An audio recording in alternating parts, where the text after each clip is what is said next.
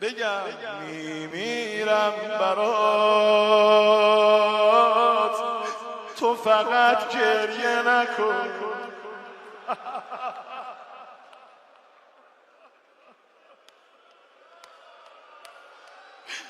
میمیرم برات، تو فقط گریه نکن.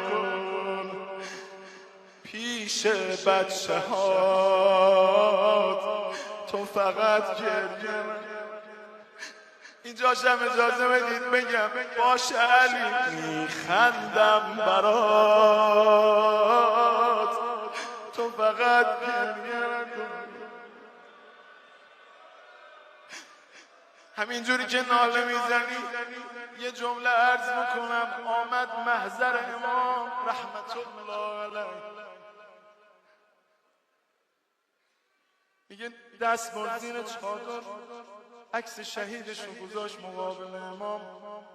امام فرمودن خانم چه جوون رشیدی. دست بر زیر چادر عکس دومی شهیدش رو گذاشت جلو امام. میگن رنگ چهره امام عوض شد.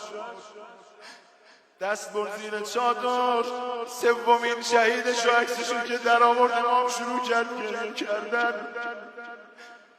میگن یهو دیدن خودشو جمع کرد، چادرشو محکم گرفت، دست بر زیر چادر عکس چهارمین شهیدشو گذاشت مقابل. گفت آقا اشک چشاتو پاک کن، من این 4 تا رو دادم اشک چشای تو رو نبینم. آقا جان مادرتون شما بغض نکنه.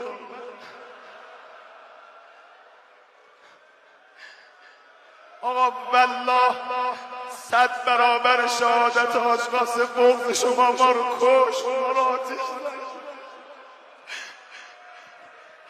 ما بمیریم اشک چشای شما رو نبینیم.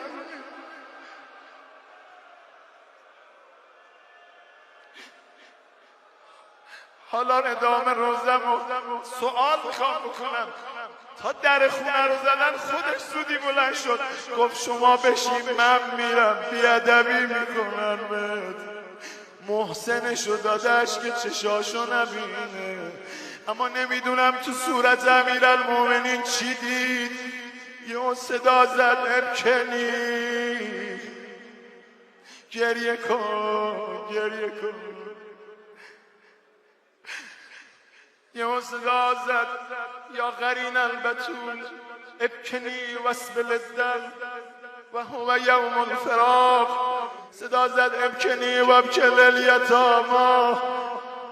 علی برا بچه هم گریه کن، اما همشون یه طرف و قتیل به تف العراق.